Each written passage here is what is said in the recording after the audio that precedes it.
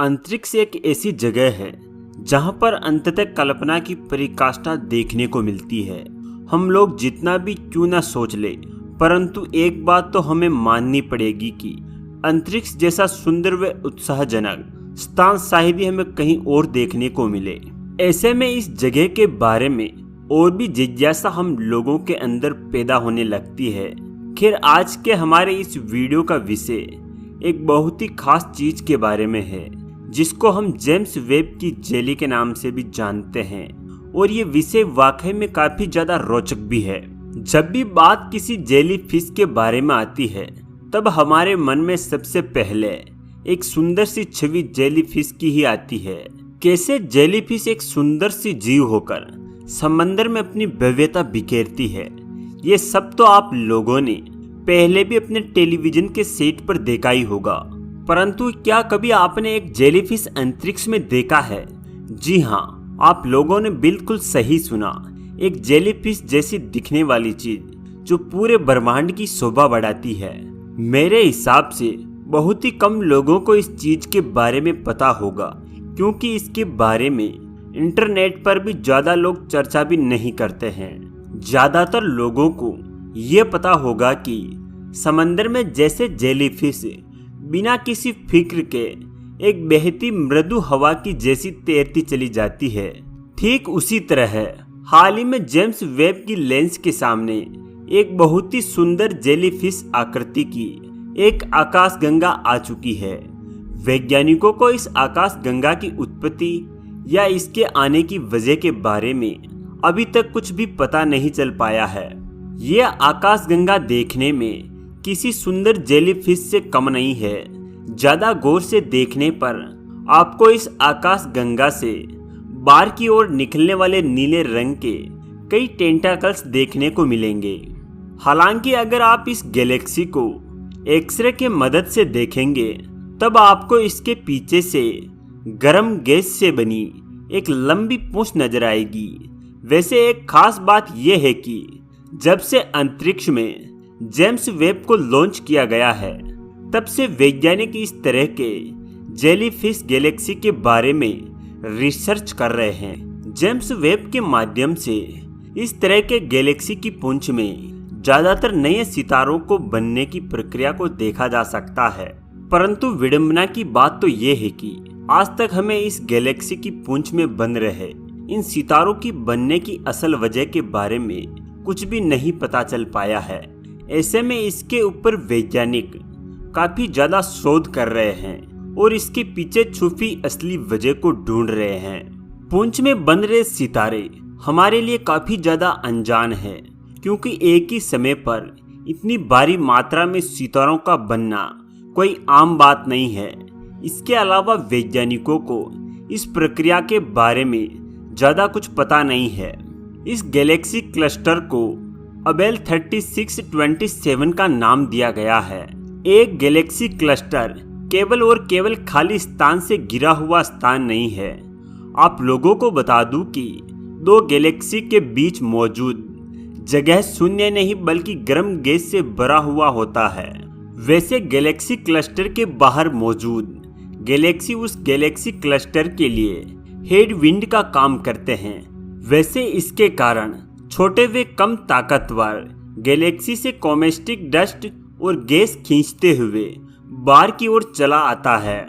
यहाँ पर कई वैज्ञानिकों का ये भी कहना है कि इसके कारण सितारों की बनने की प्रक्रिया काफी ज्यादा धीमी हो जाती है। आकाश गंगाओं को सितारों को बनाने के लिए कॉस्मिक गैस की जरूरत पड़ती है, परंतु जब आकाश गंगाओं के पास कॉस्मिक गैस खत्म हो जाता है, तब मुश्किलें बढ़ने लगती है। जैसे ही गैस खत्म होने लगती है, ठीक उसी समय ही सितारों की बनने की प्रक्रिया धीमी व अंत में रुक जाती है। शायद यही वजह है कि क्लस्टर के अंदर मौजूद आकाशगंगा क्लस्टर के बाहर मौजूद आकाशगंगाओं के तुलना में काफी जल्दी सितारों को बनाने की प्रक्रिया को रुकवा देते हैं। इस प्रक्रिया के बारे में जानना हमारे लिए आज भी रहस्य बना हुआ है। ESO 137001 की अगर हम बात करें तो यह आकाशगंगा हमारी आकाशगंगा के तुलना में थोड़ा कम वजनी और आकार में लगभग एक समान ही है। वैसे रोचक बात यह है कि इस आकाशगंगा का पूंछ लगभग 2,60,000 प्रकाश वर्ष लंबा है। इतनी लंबाई हमारी आकाशगंगा की तुलना में 3 गुना ज्यादा है। इस तरह की आकाशगंगाओं को डिटेक्ट कर पाना अक्सर काफी ज्यादा मुश्किल होता है, क्योंकि ये काफी ज्यादा कमजोर होते हैं। आज जेम्स वेब कई अलग अलग गैलेक्सी के पुंज में बन रहे सितारों को टारगेट करके इसे विश्लेषित कर रहा है। यहाँ पर सितारों की बनने की प्रक्रिया रुकती नहीं है। गैलेक्सी की पुंज से निकलने वाले मटेरियल को विश्लेषित करने के बाद वैज्ञानिक वहां हो रहे स्ट्रम पंपिंग प्रक्रिया को और भी ज्यादा अच्छे तरीके से जान सकते हैं। इसको विश्लेषित करने से हमें सितारों के बनने की प्रक्रिया के बारे में और भी ज्यादा जानने को मिल सकता है। वैसे एक और बात यहाँ वैज्ञानिकों को काफी ज्यादा हैरान कर रही है। यहाँ वैज्ञानिकों को ये पता नहीं चल पा रहा है कि आखिर कैसे कॉस्मिक डस्ट की कमी के बाद भी सितारों की बनने की प्रक्रिया में रुकावट नहीं आया है। वैज्ञानिकों को इस चीज के बारे में आज भी खोज करना पड़ेगा, तभी जाकर इसके पीछे छुपी वजह को हम ढूंढ पाएंगे। वैज्ञानिकों ने जेम्स वेब के वाइड इंफ्रारेड इंस्ट्रूमेंट के जरिए ESO 137001 के बारे में और भी जानकारी जुटाने का प्रयास कर रहे हैं। मीरी इंफ्रारेड के 528 माइक्रोन के बीच वेवलेंथ को डिटेक्ट करने में सक्षम है। खैर, इस रेंज को मिड इंफ्रारेड का रीजियन कहते हैं। वैसे इस उपकरण से हमें पहले के उपकरणों के मुकाबले 50 गुना ज़्यादा साफ और 20 गुना ज़्यादा अच्छी स्पेक्ट्रल डिटेल को देख सकते हैं।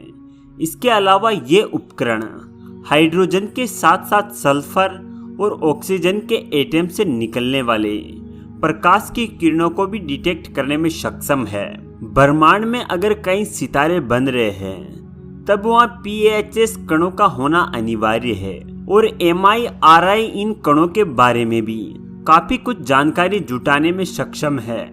यही वो कण होते हैं जहाँ से बड़े बड़े सितारों की उत्पत्ति होती है। वैज्ञानिकों को सितारे बनाने वाले कॉस्मिक डस्ट की भौतिक गुणों के बारे में भी पता लगाने का मौका मिला है। इसलिए वो लोग गैस के घनत्व और तापमान तथा उसके आयतन के बारे में भी पता लगाने की कोशिश कर रहे हैं। पहले से जुटाई गई जानकारी और हाल ही में मिल रही जानकारी को एक साथ जोड़कर सितारों की बनने की प्रक्रिया के बारे में वैज्ञानिक काफी ज्यादा अध्ययन कर रहे हैं। आज के लिए बस इतना ही। धन्यवाद।